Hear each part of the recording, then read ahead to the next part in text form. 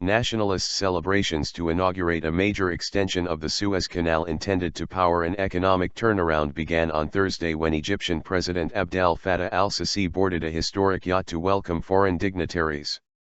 Dressed exceptionally in military regalia, the former armed forces chief, who led a military takeover 2 years ago but ran for president as a civilian last year, sailed to Ismailia to join leaders of France, Russia, and Gulf Arab states for the ceremony. The $8 billion new Suez Canal project was completed in just 1 year instead of 3 on Sisi's orders, but economists and shipping analysts question whether there is sufficient traffic and east-west trade to meet its ambitious revenue targets. The canal expansion is the centerpiece of a grand agenda to lift the most populous Arab nation out of poverty and secure Sisi's grip on power after he ousted elected Muslim Brotherhood President Mohamed Mursi in 2013 following mass protests.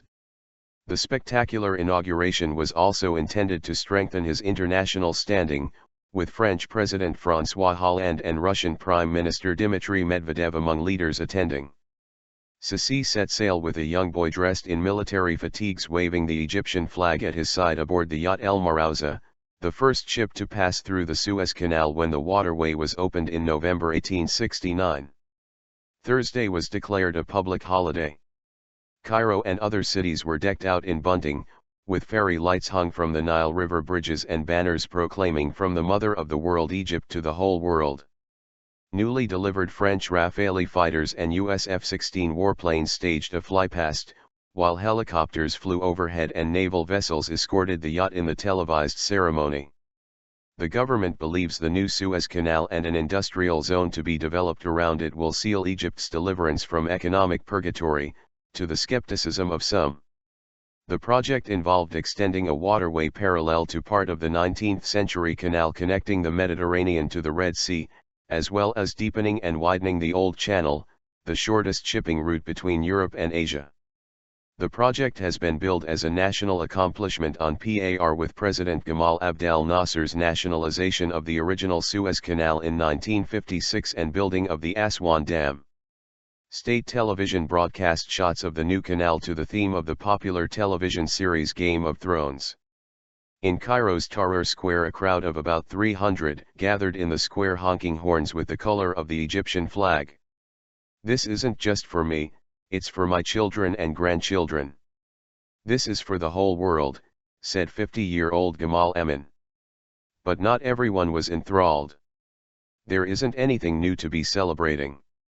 There are more important things for Egyptian people that this money could have been used for," said Mohamed, 24, walking past Tahrir.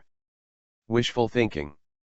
For many Egyptians, as well as economists and experts, the immediate benefits of the expansion, funded largely by a public subscription in Egypt, are not obvious.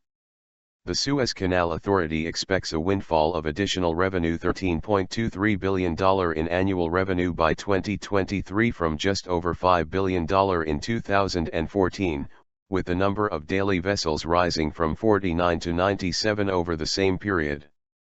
But sluggish world trade, competition from an expanded Panama Canal and a slower Chinese economy make it unlikely the project can achieve its revenue targets anytime soon or bring about a significant fall in unemployment from about 13%.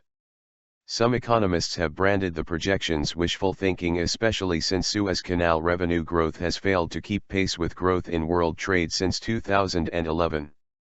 But British Defence Secretary Michael Fallon praised the project as a modern wonder.